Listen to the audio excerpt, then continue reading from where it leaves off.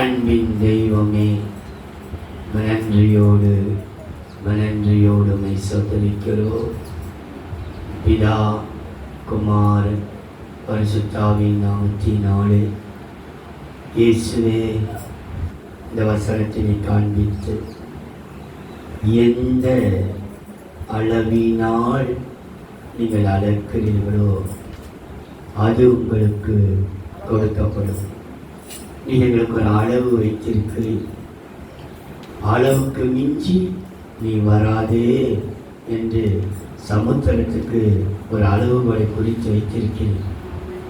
அதுபோல இந்த நாக்குக்கும் ஒரு அளவுகளை வைத்து நீ பல்லை தாண்டி உதட்டை தாண்டி அதற்கு மேல் நீ வராது என்று சொல்லி இந்த நாவுக்கு ஒரு அளவுகோல், எங்கள் கண்களுக்கும் அளவு, இப்படி பல அளவுகோல் வைத்திருக்கிறீர்கள் கர்த்தாவே. இந்த வசனத்தின் மூலமாய் சபையாருக்கு அறிந்து கொள்ள, புரிந்து கொள்ள இருதயத்தை கற்ற நீ பக்குவப்படுத்தினீராக. ஆவியானவரே, நீங்கள் நடுவில் நிலை கொண்டிருக்கிறீர் என்று நாங்கள் அறிந்திருக்கிறோம். அப்பா, ஆதியிலே வார்த்தை இருந்தது, அந்த வார்த்தை தேவனாய் இருந்தது. ஆதியிலே வானத்தையும் பூமியையும் சிருஷ்டித்தார். பூமியானது ஒழுங்கின்மையும் வெறுமையும் இருளுமாய் இருந்தது. ஆனால் அந்த ஒழுங்கீனத்தின் மத்தியிலேயும் அந்த இருளின் மத்தியிலேயும் ஆண்டவரே கர்த்தாவே, அந்த பூமி ஒழுக்கமிட்டு சீர்கட்டு இருந்த போதிலேயும் ஆவியானவர் விடவே இல்லப்பா. ஆவியானவர் அசைவாடி கொண்டுதான் இருக்கிறீர் என்கிறதை நாங்கள் நம்புகிறோம் கர்த்தா. நீர் பேசும், நாங்கள் கேட்கட்டும். இயேசுவின் நாமத்தில் பிதாவே. திரும்ப ஒரு விசை வாசிக்க கேட்கலாம். அவர் அவர்களை நோக்கி, நீங்கள் கேட்கிறதை கவனியுங்கள். எந்த அளவினால் அளக்கிறீர்களோ அந்த அளவினால் உங்களுக்கும் அளக்கப்படும். கேட்கிற எவனும் அதிகம் கொடுக்கப்படும். இன்றைக்கு அளவு, தேவன் ஒரு அளவு வைத்திருக்கிறார். ஒரு அளவு நமக்கு வைக்கப்பட்டது. ஆகையினாலே இந்த அளவுக்கு மிஞ்சி நம்ம செய்ய வேண்டிய அவசியம் இல்லை. அளவுக்கு குறைவாகவும் நம்ம செய்ய வேண்டிய அவசியம் இல்லை. நம்முடைய காரியங்கள் அனைத்தும் கர்த்தர் ஒருவரே பார்த்து கொண்டிருக்கிறார். நான் ஏற்கனவே உங்களுக்கு சொன்னேன் சில காரியங்கள், அது ஒரு கர்த்தர் பேசுகிறேன்.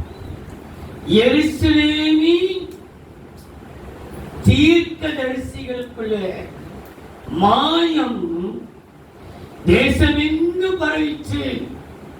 அப்போ எருசலேம் ஜெப சபையை பற்றி சபைக்குள்ள மாத்திர சரணம் அல்ல, ஊருக்குள்ளேயே பல பரவுகிற அளவுக்கு இருக்கிறது.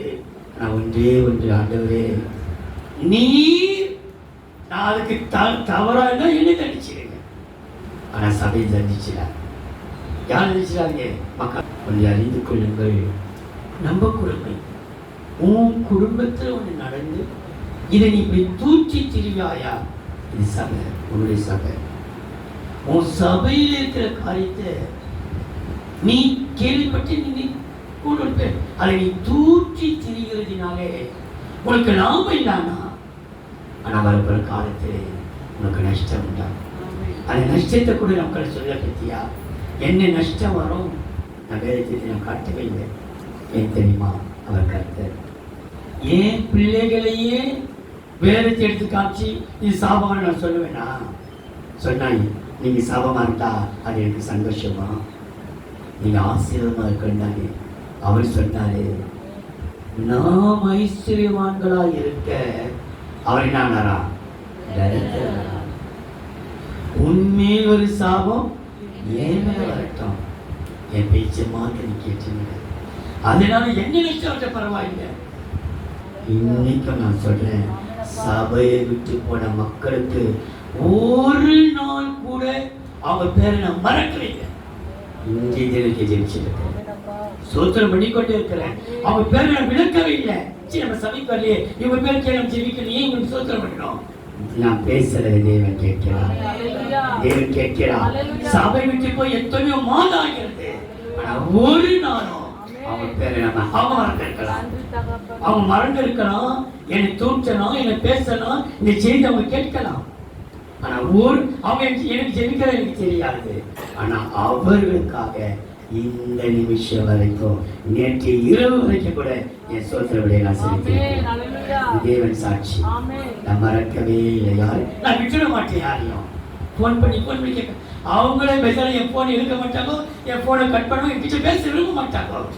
அது அவங்களுக்கு கருத்து இருக்கும். ஆனா நான் செய்ய வேண்டிய கடமையை நான் செய்து கொண்டே மாட்டேன்.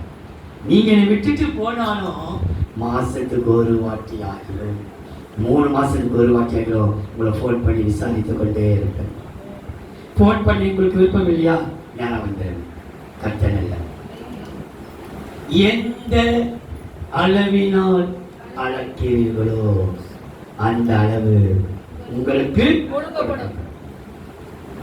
லூக்கா எழுதின சுவிசேஷம் 6ஆம் அதிகாரம் 38ஆம் வசனம். கொடுங்கள், அப்பொழுது உங்களுக்கு கொடுக்கப்படும்.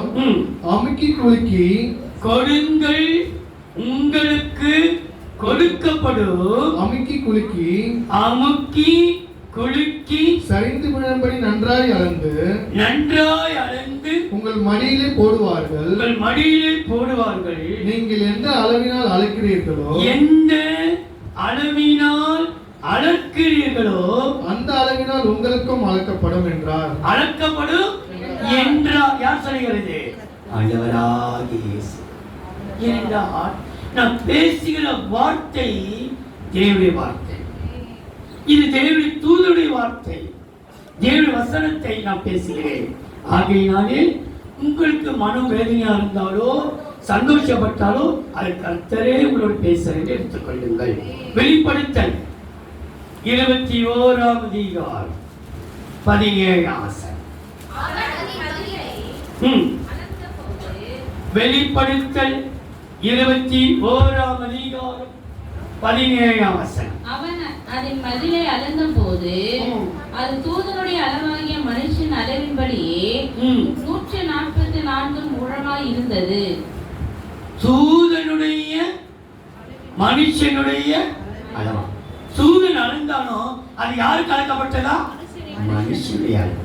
அப்போ கர்த்தர் நம்ம தேவன் அளந்து வைத்து நமக்கு ஒரு அளவை கர்த்தர் வைத்திருக்கிறார். சில பேரு நீங்க நினைக்கலாம், உலகத்துக்கு யாரை நம்ம சொல்லிட்டு இருக்கிறாங்களோ, யாரும் பேசிட்டு இருக்கிறாங்களோ, ஆவியால் தான். நான் அப்படி அவங்க வந்து கேட்டா நான் மேல சக்தி அடிப்பேன். யாருமே எனக்கு சொல்லலை. தேவன் எனக்கு உணர்த்தி இருக்கிறார். அதனால தேவ பிள்ளையே, அப்ப இந்த அளவு தேவனுடைய அனுமதிய தேவனுடைய தூதனுடைய அளவு. தேவ பிள்ளையே, நீங்கள் எந்த அளவினால் அந்த அளவினால் உங்களுக்கு கொடுக்கப்படும். இன்னைக்கு ஒரு அளவு வேதத்தை நான் பார்த்தேன். எல்லாத்துக்கும் ஒரு அளவை கற்று வைத்திருக்கிறார். அளவுக்கு மிஞ்சும் நாம் செய்ய வேண்டிய அவசியம் இல்லை, அளவுக்கு குறைவாக செய்வதில்லை. கர்த்தரை எல்லாத்தையும் பார்த்துக்கொள்ளும். முதலாவது பாருங்கள், யாத்திராகமம் 16ஆம் அதிகாரம் 21ஆம் வசனம். யாத்திராகமம் 16ஆம் அதிகாரம் 21ஆம் வசனம். அதை விடியற் காலந்தோறும் 21 வாசித்த பிற்பாடு 18 வாசிக்கலாம். அதை விடியற் காலந்தோறும் அவரவர் புசிக்கும் அவர் புசிக்கும் அளவுக்கு தக்கதாக சேர்த்தார்கள். அளவுக்கு தக்கதாக சேர்த்தார்கள். வெயில் ஏற ஏற அது உருகி போம். அப்போ புசிக்கும் அளவு, அவரவர் புசிக்கும் அளவு. நம்ம புசிப்பதற்கு ஒரு அளவு, வேதத்தை புசிப்பதற்கு ஆவிக்குரிய ஆகாரத்தை நீங்கள் புசிப்பதற்கு ஒரு அளவு இருக்கிறது. நம்ம சபை ஆரம்பித்து 10 வருஷம் முடிந்து 11 வருஷம். இப்போ ஒரு 10 வயது பிள்ளைகளுக்கு என்ன ஆகாரம் கொடுக்கணுமோ அது கொடுத்தான்னா அவர்களுக்கு ஜீர்ணிக்கும். அப்போ 10 வயது 10 வருஷ பிள்ளைகளுக்கு நான் 21 வயதுள்ள பிள்ளைகளுடைய ஆகாரத்தை கொடுத்தா ஒன்று அந்த பிள்ளைகளுக்கு வாங்கி சொல்லணும், ஜீர்ணிக்க ஆகாது, சரீரத்தில் பாதிப்பேன். அப்படின்னால்தான் அந்தந்த அளவுக்கு ஏற்றபடி நான் கொடுத்து கொண்டிருக்கிறேன். கட்டிய வசனத்தை கொடுக்கிறேன். சொல்லப்பட்டிருக்கிறது, அவர் அளவுக்கு தக்கதா. அப்போ நமக்கு ஒரு அளவை கட்ட வைத்திருக்கிறார். ஆவிக்குரிய வார்த்தை உங்களுக்கு நான் கொடுத்தா இது உங்களுக்கு ஜீர்ணிக்கணும், உங்களை இறுதி ஏற்றுக்கொள்ளும் என்கிற பக்குவமா கொடுப்பேனால் அது உங்களுக்கு நலமாய். 18ஆம் வசனம். பின்பு அதை ஓமரால் அளந்தார்கள். மிகுதியாய் சேர்த்தவனுக்கு மிகுதியானதும் இல்லை, கொஞ்சமாய் சேர்த்தவனுக்கு குறைவானதும் இல்லை. அவரவர் தாங்கள் புசிக்கும் அளவுக்கு தக்கதாக சேர்த்தார்கள். புசிக்கும் அளவு தேவன் எதை நம்மை புசிக்க அளவோடு கொடுக்கிறார். ஏன் நம்ம அதை புசிக்கணும்? புசிக்கும் அளவு என்று சொல்லப்பட்டிருக்கிறது. அந்த புசிக்கிற அளவை குறித்து வேதம் சொல்கிறது பாருங்கள். நீதிமொழிகள் 1ஆம் அதிகாரம் 31ஆம் வசனம். நீதிமொழிகள் 1:31. அவர்கள் தங்கள் வழியின் பலனை புசிப்பார்கள். எதை புசிப்பார்களா? நீ எந்த வழி போகிறாயோ அதை பலனை நீ புசிப்பார். உனக்கு ஒரு அளவு இருக்கிறது. இந்த வழியிலே உனக்கு ஒரு பலன் இருக்கிறது என்று நம்ம சொல்லும் பொழுது அந்த வழியில வருகிறவர்களுக்கு நிச்சயம் பலன் இருக்கிறது. அந்த வழியின் பலனை புசிப்பாய். தங்கள் யோசனைகளினால் திருப்தி அடைவார்கள். யோசனைகளினால் என்ன ஆவார்களா? ஒரு திருப்தி. நான் புசித்தேன், நான் எதை புசித்தேன், நான் எதை விதைத்தேனோ அதனுடைய பலன். நம்ம எதை விதைக்கிறோமோ இன்றைக்கு நம்ம அறுக்க முடியாது நினைச்சாங்க. ஒரு நாள் நாம் விதைத்ததே முளை விட்டு எழுப்பி துளிர்த்து நிற்கும். ஐயோ, அன்னைக்கு நான் விதைச்ச விதை இன்னைக்கு துளிர்த்து நிற்கும். நல்லது விதைச்சிருந்தாலும் நீ விதையை விதைச்சா விதையா இருப்பா, வினைய விதைச்சா வினையா. அதனால நம்ம அளவுக்கு தக்க புசிக்கும் அளவு நம்ம அந்த எதை புசிக்கணும். நம்ம வழி எந்த வழி? நான் போற பாதை சரியான பாதையா, கட்டுரை பாதையா? நீங்க அந்த வழியில வந்து பாருங்கள், அதை பலனை நீங்கள் புசிப்பீர்கள். நீதிமொழிகள் 13ஆம் அதிகாரம் 2ஆம் வசனம். மனுஷன் தன் வாயின் பலனால். நீதிமொழிகள் 13ஆம் அதிகாரம் 2ஆம் வசனம். மனுஷன் தன் வாயின் பலனால் நன்மையை புசிப்பான். எதை புசிப்பானா? நன்மையை புசிப்பான். அப்போ வழியின் பலன் உண்டு. இரண்டாவது என்ன பலன் உண்டு? வாயின் பலன். கவனிச்சீங்களா? நம்ம நடக்கிற வழியிலே பலன் இருக்கிறது. இரண்டாவது நம்முடைய வாயின் பலன். நீதிமொழி 13:2 வாசிமா. மனுஷன் தன் வாயின் பலனால் நன்மையை புசிப்பான். துரோகிகளின் ஆத்துமாவோ கொடுமையை புசிக்கும். அப்ப பாருங்க, நீ நன்மை வாயினால பேச நன்மைதான். அதனாலே நன்மையை நீ புசிப்பாயானால் உனக்கு பலன் உண்டாகும். அதை நீ திருப்தி ஆக்குமா? பாருங்கள், நீங்கள் 18ஆம் அதிகாரம் 21ஆம் வசனம். மரணமோ நீதிமொழிகள் 18ஆம் அதிகாரம் 21ஆம் வசனம். மரணமோ ஜீவனோ நாவின் அதிகாரத்தில் இருக்கும். நாவின் அதிகாரத்தில் இருக்கும். அதில் பிரியப்படுகிறவர்கள் அதன் கனியை புசிப்பார்கள். என்ன புசிப்பார்கள்? கனியை புசி. அவர்கள் பலனை புசிப்பார்கள், கனியை புசிப்பார்கள். அப்ப நம்ம வாயிலே நாம் புசிக்கும் அளவு, ஆண்டவரே எனக்கு நீ அளவு வைத்திருக்கிறேன்.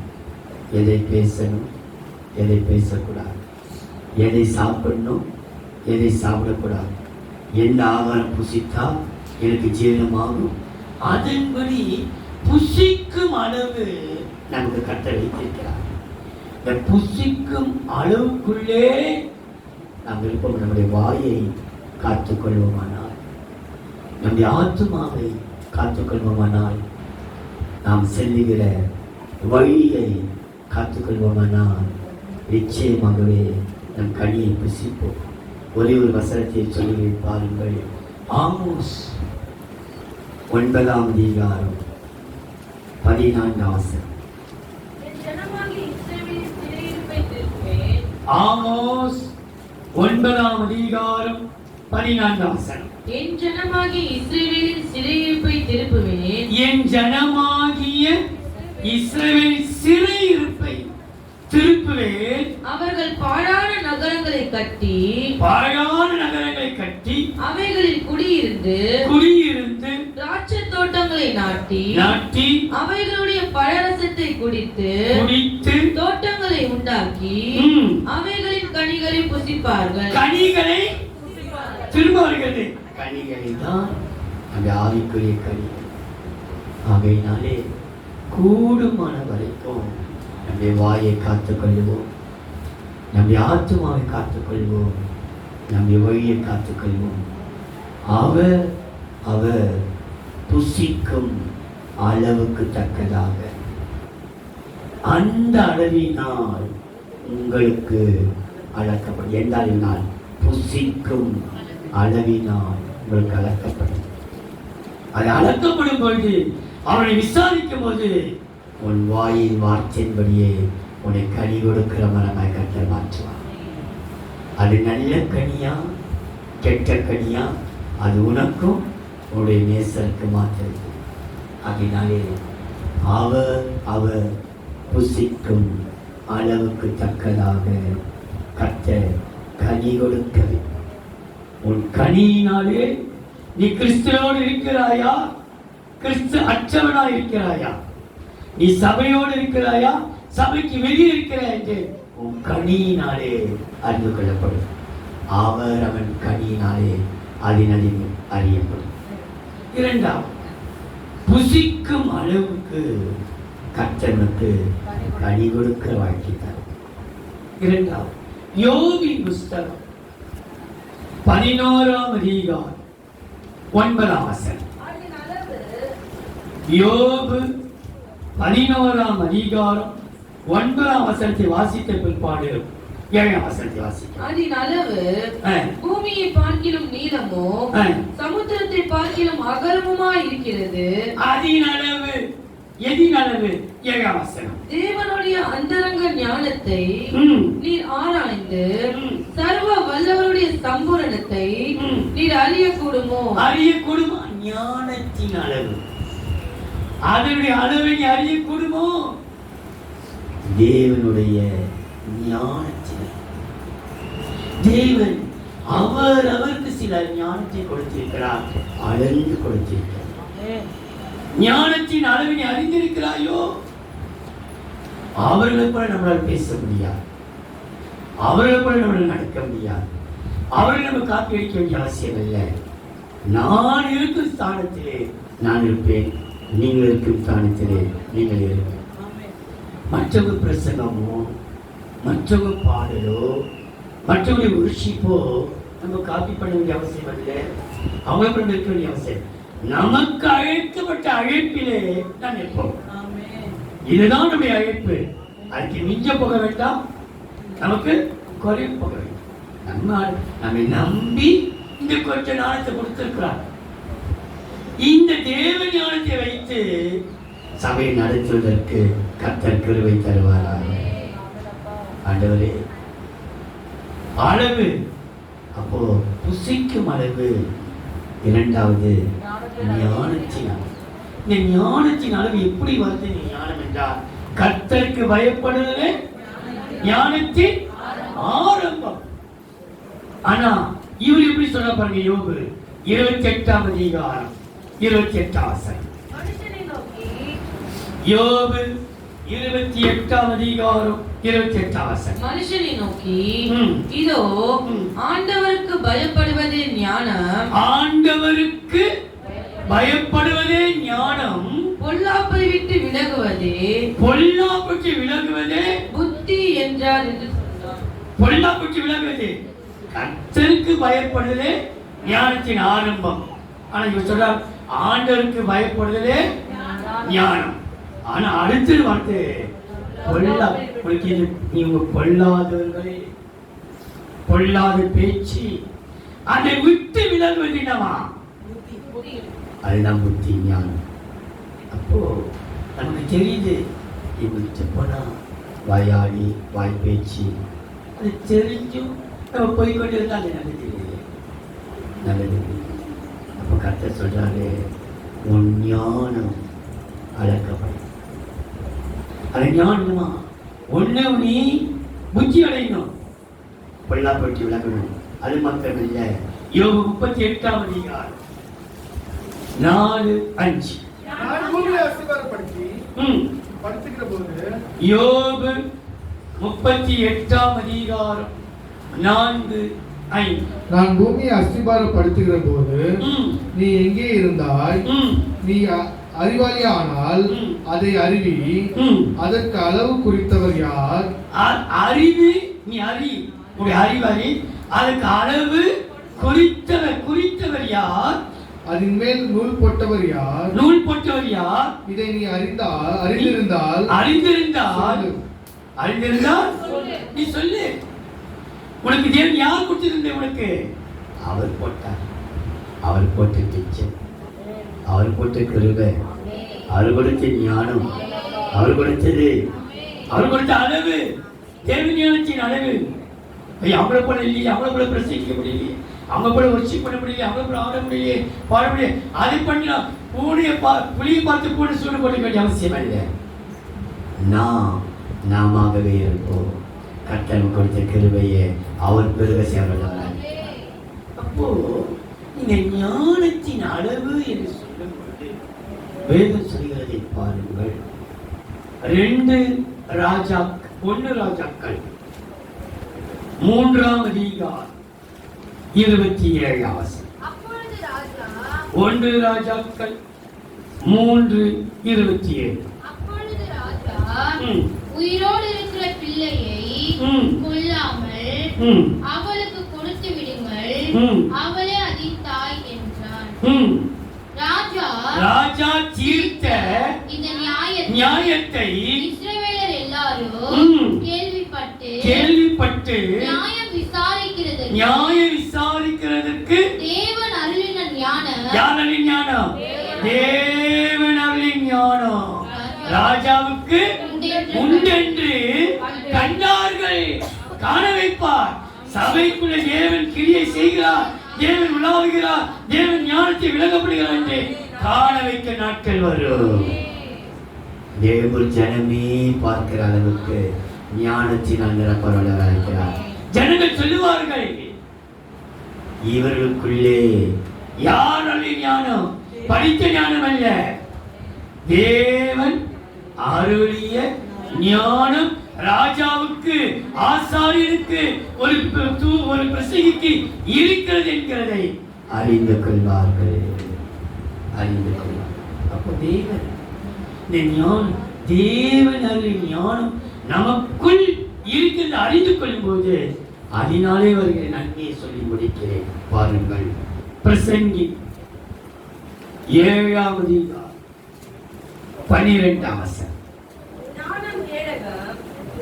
பிரசங்கி 7ஆம் அதிகாரம் 12ஆம் வசனத்தை வாசித்த பிற்பாடு 19ஆம் வசனத்தை வாசிக்கலாம். ஞானம் கேடகம். ஞானம் என்னமா? கேடகம். அந்த கேடகம் யார் அம்பு வீசினாலும் ஞானம் என்ன செய்கிறமா? கேடகம் அப்படியே தரும்.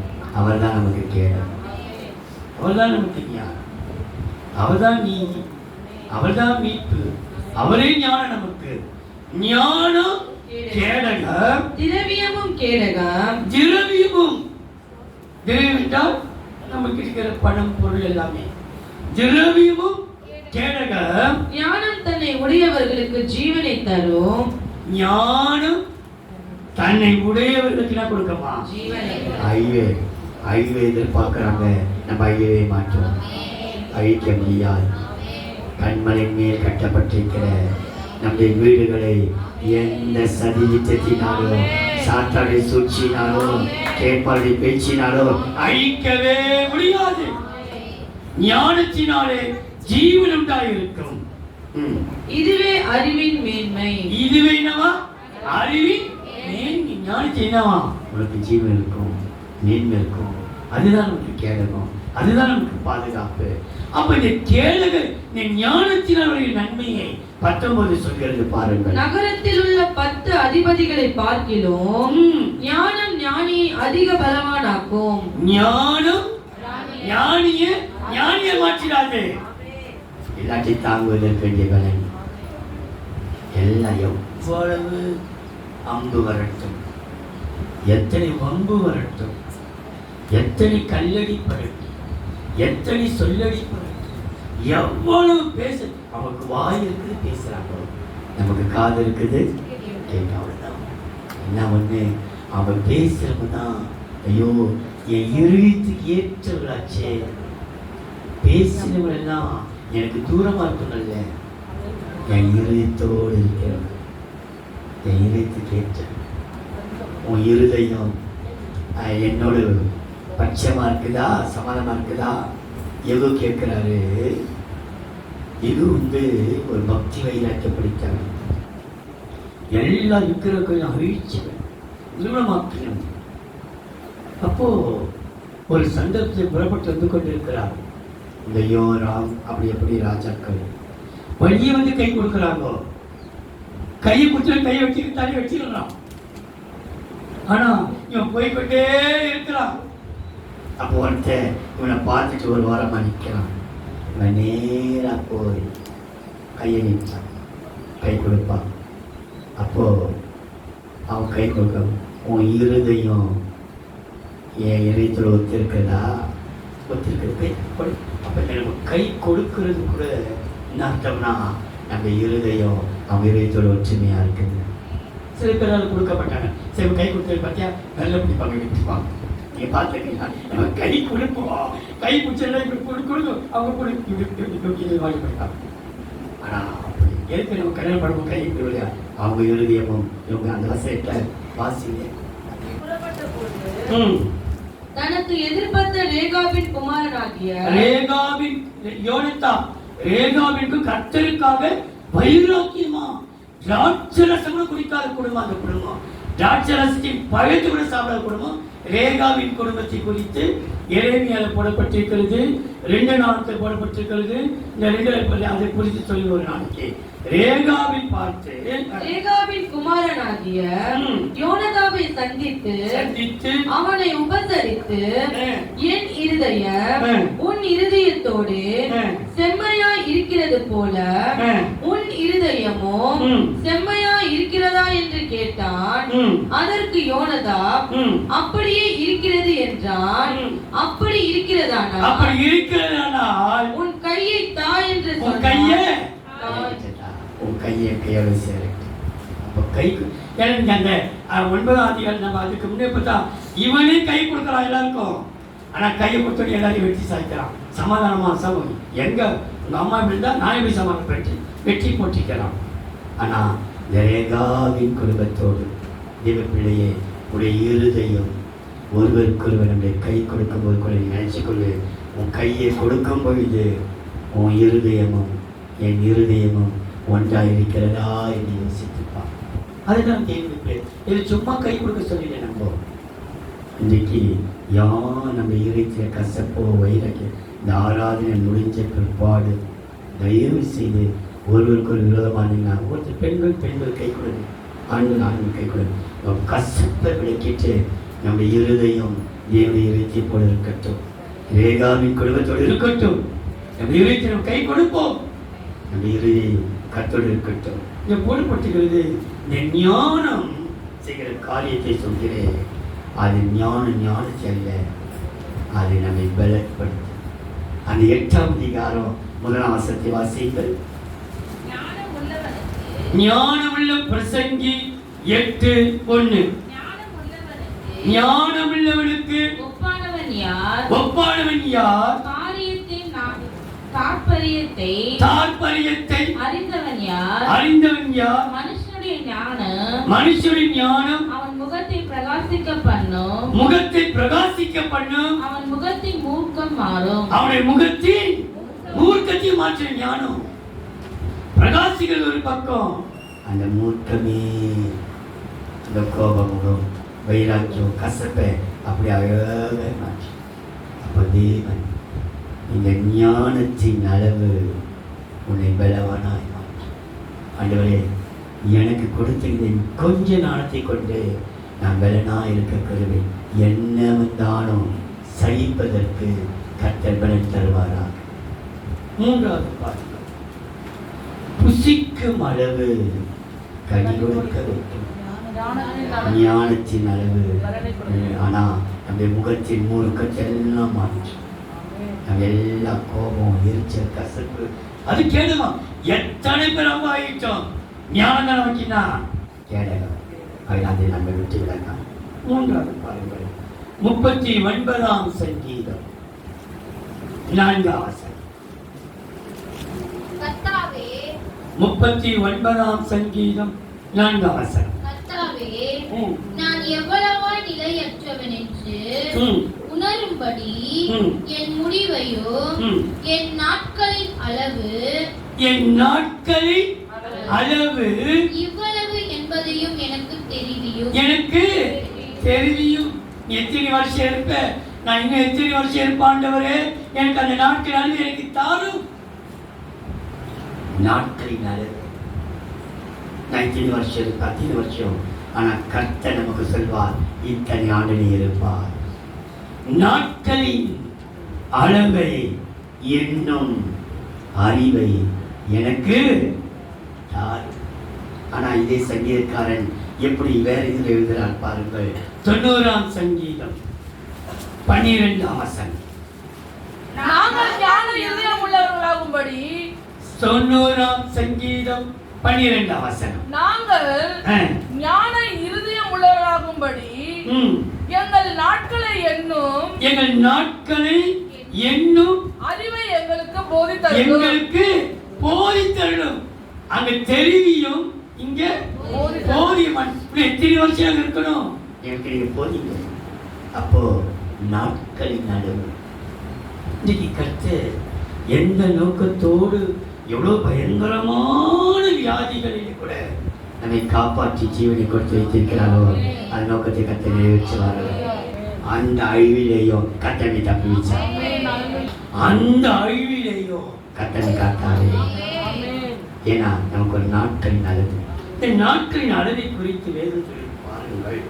உபாகமம் 33ஆம் அதிகாரம் 24-25. உபாகமம் 33ஆம் அதிகாரம் 24-25. ஆசேரை குறித்து, ஆசேர் புத்திரபாக்கியம் உடையவனாய் தன் சகோதரருக்கு பிரியமாயிருந்து தன் காலை எண்ணெயிலே தோய்ப்பான். இரும்பும் வெண்கலமும் உன் பாதரட்சியின் கீழ் இருக்கும். உன் நாட்களுக்கு தக்கதாய் உன் பலனும் இருக்கும் என்றான். நாட்களுக்கு தக்கதா இருக்குமா? இருக்கும். ஆகியதான் அந்த லூக்கா 2ஆம் அதிகாரத்திலே அந்த அண்ணாள் என்கிற வானுவின் ஆசேர் கோத்திரத்தால் 84 வயது விதவை உபவாசித்து ஜெபம் பண்ணி ஆராய்ச்சிக்கு ஒரு காரணம் என்ன? அவர் ஆசேர் கோத்திரம். அவருக்கு நல்ல விலங்கு இருந்தது. 84 வயது வரைக்கும் உபவாசிக்க பலன். இன்னைக்கு நமக்கு சுகர் வந்துச்சு, சில பேர் சொன்னாங்க என்னால் உபவாசிக்க முடியல. உனக்கு என்ன வயசு? 70, 60. ஆனா 84 வயது விதவை அல்லும் பகலும் உபவாசித்து ஜெபம் பண்ணி கர்த்தருக்கு ஆராதனை. அவை என்ன கோத்திரத்தால்? ஆசேர் கோத்திரத்தால். அவளுக்கு ஏற்றத்தக்க பலன் அவளுக்கு இருந்தது. ஏன் தெரியுமா? இங்கே அந்த ஆசேர் கோத்திரம் சகோதரர்களுக்கு பிரியமாய், எல்லாருக்கும் ஒரு பிரியமாய் நடந்தவர்கள், யாரையும் கஷ்டப்படுத்தாதவர்கள். அவளுக்கு தேவன் பலனை மாத்திரமல்ல, ஒரு காரியத்தை விசேஷமாய் கொடுத்தார். நீதிமொழிகள் 9ஆம் அதிகாரம் 11ஆம் வசனம். நீதிமொழிகள் 9ஆம் அதிகாரம் 11ஆம் வசனம். என்னாலே உன் நாட்கள் பெருகும், உன் ஆயுசின் வருஷங்கள் விருத்தியாகும். உன் ஆயுசின் வருஷங்கள் விருத்தியாகும். உன் ஆயுசின், எனக்கு ஆயுசு விருத்தியாகும், பெருகும். உன் நாட்கள் நாளுக்கு நாள் வெறும் ஆயுசில மாத்திரமல்ல, நீ எல்லாவற்றிலேயும் பெருக்கத்தோடு காணப்படுவாய். நீ பெருகி இருப்பாய். பூமியை பழுகி பெருகுங்கள், சகலத்தை ஆண்டிக் கொண்டு கர்த்தர் உன்னை பெருகப்படுவார். ஒன்றில் உனக்கு குறை இருக்கவே இருக்காது. நீ பழுகி பெருகுவாய். நாட்களின் அளவு உனக்கு ஒரு பெருக்கத்தை தரும். நான்காவதாக ரோமரின் புஸ்தகம் 12ஆம் அதிகாரம் 3ஆம் வசனம். ரோமர் 12:3. எனக்கு அருளப்பட்ட கிருபையினாலே நான் சொல்லுகிறதாவது உங்களில் எவனானாலும் தன்னை குறித்து என்ன வேண்டியதற்கு மிஞ்சி எண்ணாமல் என்னாலே நான் பெரிய ஆளாயிட்டு, நான் ரொம்ப ஆவிக்குரியவனாயிட்டு, நான் எல்லாத்தையும் தேறிட்டு, எனக்கு எல்லாத்தையும் கற்றுக்கொண்டேன், எனக்கு எல்லாத்தையும் இப்போ அதிகமா மிஞ்சி எண்ணாமல் அவனுக்கு தேவன் பகிர்ந்த விசுவாச அளவின்படியே நமக்கு விசுவாசம் கூட அளந்து கொடுக்கப்பட்டிருக்குது. உனக்கு இதுதான் விசுவாசம். உன்னால் இவ்வளவுதான் விசுவாசிக்க முடியும். உன் விசுவாசம் இவ்வளவுதான். இந்த விசுவாசம் இருக்கிறார். உன் விசுவாசம் உனக்காக கடவுது. உன் வேதனை நீங்க கடவுது. உனக்கு நிறைய பெரிய விசுவாசம் இருந்துச்சு. நீ இவ்வளவுதான். சில பேருக்கு மாத்திரை எடுக்க கட்டி சுகம் கிடைக்கும். அவன் விசுவாசம் மாத்திரை எடுக்க ஜெபம் பண்ணி அவர்களுக்கு விசுவாச பிரமாணம். ஆனா இந்த விசுவாசத்தை கூட கர்த்தர் எப்படி கொடுத்திருக்கிறாரா? அவருக்கு நீ அதிகமா எண்ணிடாத, நான் பெரிய விசுவாசி ஆயிட்டேன், பெரிய விசுவாச வீரராய் மாறிட்டேன் நீ நினைச்சிடாது.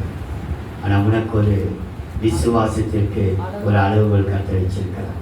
இந்த விசுவாச அளவு நமக்கு கொடுக்கிற காரியத்தை பாருங்கள்.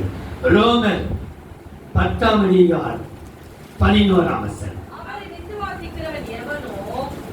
ரோமர் 10ஆம் அதிகாரம் 11ஆம் வசனம். அவரை விசுவாசிக்கிறவன் எவனோ அவன் வெட்கப்படுவதில்லை என்று வேதம் சொல்லுகிறது. வெட்கப்படுவதில்லையா? வெட்கப்படுவதே இல்லை. எதற்கு வெட்கப்படுவது? நம்ம எதுக்கு வெட்கப்படுது? எதுக்கு மூஞ்சி தொங்கப்பட்டுக்கணும்?